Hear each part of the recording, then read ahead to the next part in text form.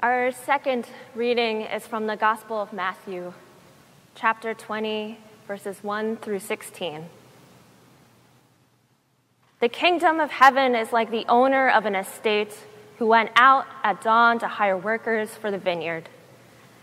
After reaching an agreement with them for the usual daily wage, the owner sent them out to the vineyard. About mid-morning, the owner came out and saw others standing around the marketplace without work, and said to them, "You, go along to my vineyard, and I will pay you whatever is fair." At that, they left. Around noon and again in the mid-afternoon, the owner came out and did the same. Finally, going out late in the afternoon, the owner found still others standing around and said to them, "Why have you been standing here idle all day?" "No one has hired us," they replied. And the owner said, "You go to my vineyard too." When evening came, the owner said to the overseer, "Call the workers and give them their pay, but begin with the last group and end with the first." When those hired late in the afternoon came up, they received a full day's pay. And when the first group appeared, they assumed they would get more. Yet they all received the same daily wage. Thereupon they complained to the owner, "This last group did only an hour's work, but you've put them on the same basis as those who worked a full day in the scorching heat." "My friends," said the owner to those who voiced this complaint, "I do you no injustice. You agreed on the usual wage, didn't you? Take your pay and go home.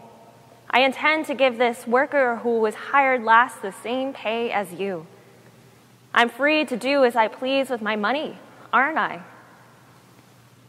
Or are you envious because I am generous? Thus the last will be first, and the first will be last."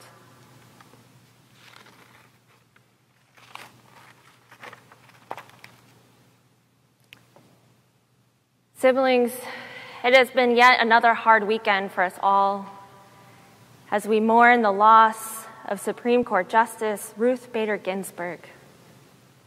A hard weekend on top of a year already full of fear, loss, isolation, pain.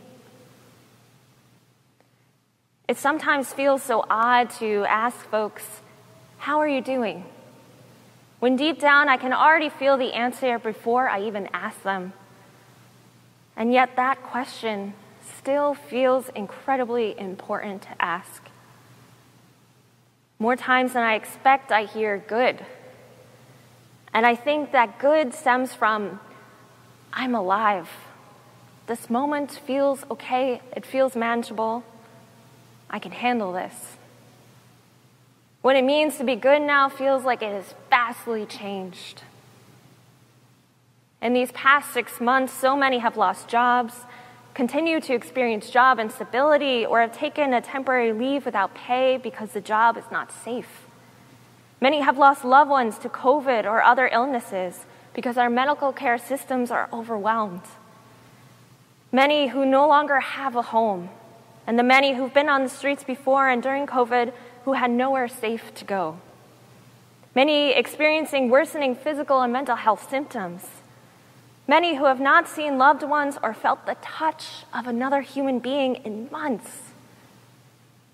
Many who have lost loved ones out west who cannot leave their homes because of the smoke, who are worried about them. Many who have lost their homes in the fires. The list goes on. Our lives have been completely flipped upside down and continue to be. And it's exhausting. We all have bags under our eyes. But no matter how much time passes, no matter how much our reality right now becomes normalized, it is never too redundant to say, "This sucks." I saw some of my family in August in Jersey for one day. I hadn't seen them since Christmas. We had plans to see each other in March before everything happened. Never in my life did I think that I could put my own mother in danger by giving her a hug. Yet this is the world we live in. And yes, all of our experiences are very different. Some have been hit a lot harder, especially when we acknowledge socioeconomic statuses and the massive economic inequalities, and when we confront the alarming health statistics of how COVID has disproportionately devastated Black and brown communities. Deep within all these vastly different experiences, COVID has managed to touch all of our lives. As we hold all of this, we turn to Scripture today. We hear what heaven is like. It is like this vineyard. I imagine this magnificent, beautiful, huge land covered in grapevines, full of warm sunshine, free of masks and social distancing. As we read on this vineyard, we learn that the owner of this vineyard hired workers throughout the day. And at the end of the day, they were all paid the same. It didn't matter if they arrived at the beginning and worked the whole day, or if they arrived within the last hour. When the workers who did arrive first, and when they discovered that they were all paid the same and thought that they might be paid more, they complained to the owner. I'm sure many, if not most of us, can empathize with the complaining workers. Maybe we felt like we did most of the work, whether in a job, in a relationship. We were the ones laboring all day in the scorching heat, building resentment. And I bet many of us have also been the workers who worked just that last hour and perhaps felt uncomfortable. Guilt that we had so many things on our plate, maybe even undeserving in some way. The question that bubbles to the surface for me this morning is, when I read this parable, what does it look like to be in divine relationship, in right relationship with one another? And what does that look like now? The best marriage and relationship advice I've ever received, and advice that I try to apply to all my relationships, was relationships are almost never 50-50. 50-50 is organized, it's neat, but life and relationships are beautiful and they are messy. Sometimes we are the ones putting in 80 or 90%, and sometimes we are the ones putting in 10%. Maybe a loved one is having a hard and busy week, and we take on the tasks of grocery shopping, preparing meals, laundry, emotional support. Maybe we are the ones that are just up to here, and a friend steps in to take care of us. It is almost impossible in life for people to put in the exact same amount of work in the exact same time. As we think about these relationships, I do caution all of us to keep in mind social identities. More often than not, it is the women, it is the people of color, it's the queer and trans folks, it's the people with less money in their pockets in a world that work 99%. But this will lead me into a different sermon. I just ask that we carry this. RBG also publicly shared the best advice she was given before she married. On her wedding day, right before the ceremony, her mother-in-law said, "Ruth, I would like to tell you the secret of a happy marriage." She said it helps every now and then to just be a little deaf. So if an unkind or thoughtless word is spoken, you just tune it out. You don't hear it. And RBG said, now that is advice I followed in my marriage and also when dealing with my colleagues. My cat, Mr. Bumble, has become my coworker at home, and I wonder if he overheard RBG's advice and just took it to the extreme. I think he tunes out most of what I say. This advice is funny, and it also recognizes each of our own imperfections, to just be a little deaf, to do our best to not let stress or simply a bad day overshadow who a person is and can be. What I believe this parable and these pieces of life advice I shared are reminding us is that hard work is shared, and that it has to be shared. It cannot be done alone. The vineyard is expanding to include more and more workers each day. As I am sure most of you have heard, RBG's final wishes were that her vacancy on the court will not be filled until a new president is able to fill it. I know her vacancy is a shadow that haunts and scares many of us, if not all of us. Rightfully so, because there is so much at stake. She fought until her last breath to protect women's rights, LGBTQ rights, immigrant rights, labor rights, healthcare, the environment, so much more. She held justice for us for so long. But may her vacancy and our fears not drive us to despair, but rather rally us to fight for her legacy, to continue to take on the work and the shared responsibility of protecting each other's rights, of ensuring that each and every life is valued, is cherished, and is loved.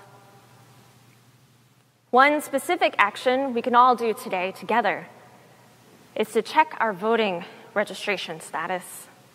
Each and every one of us, even if we think the status is fine, the green light is going for us and where we are currently living. And I ask that we help our friends and our families to check their voting status, even if they think they're sure.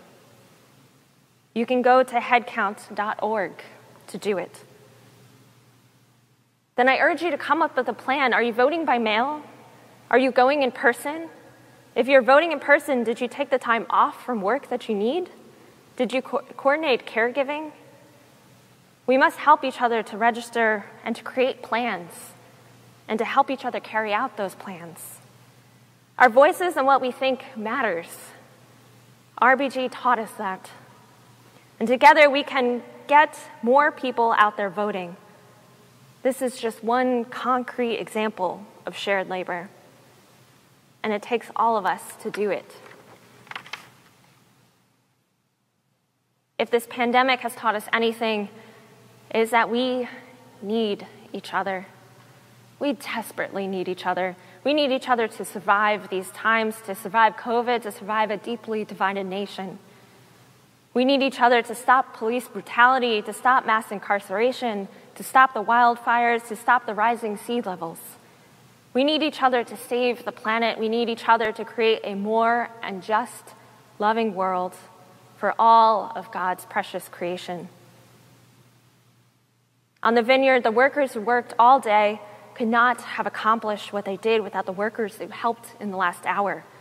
And the workers who arrived later in the day could not have accomplished what they did without the workers who started working in the morning.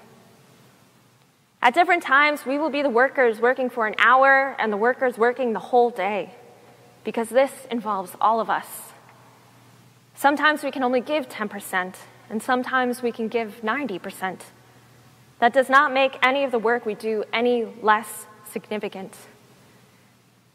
And sometimes we just need to be a little deaf, forgiving towards the occasional unkind words that stem from exhaustion and sadness. And when will it be enough? When we ask RBG, when will it be enough? When will it be enough women on the Supreme Court? She said it will be enough when all 9 justices are women. Siblings, the journey is long, and the journey is hard, and the journey is worth it. And this call to lean on one another, to share social justice labor, is not a new one. The Montgomery bus boycott, a civil rights movement in the 50s, predominantly led by Black women, because it was women who were responsible for piecing and organizing all the tasks that ultimately held the movement together. Rosa Parks was not the only incredibly brave woman who refused to give up her seat on the bus for a white person. And she was not the first or the last. Women like Mary Louise Smith and Claudette Colvin also refused to give up theirs before her. This mass movement led to the U.S. Supreme Court ordering Montgomery to integrate its bus system. This all happened because of brilliant organizing and brilliant distribution of shared work. Women have shown us what this can look like. The Stonewall riots of 1969, when the police raided the Stonewall Inn, a gay bar in New York City, drag queens and trans women said enough and fought back, which led to a series of demonstrations and ultimately the queer and trans civil rights movement. Drag queens and trans women have shown us what this can look like. This is all part of our DNA as people. God has given each and every one of us gifts, all of us. We all have precious gifts to offer this world. You, yes, you do have gifts. Maybe you have been gifted with extra money in your pocket so you can donate. Maybe you can write and inspire. Maybe you can draw and create and empower. Maybe you can lead heartfelt conversations that question and challenge. Maybe you can shout from the streets. Maybe you can cook and feed souls. Maybe you can speak more than one language. Maybe you can sing and create music and radiate hope. You each have a gift to share, a gift that is so needed in this work. If you are willing, I invite all of you to close your eyes and to take a breath.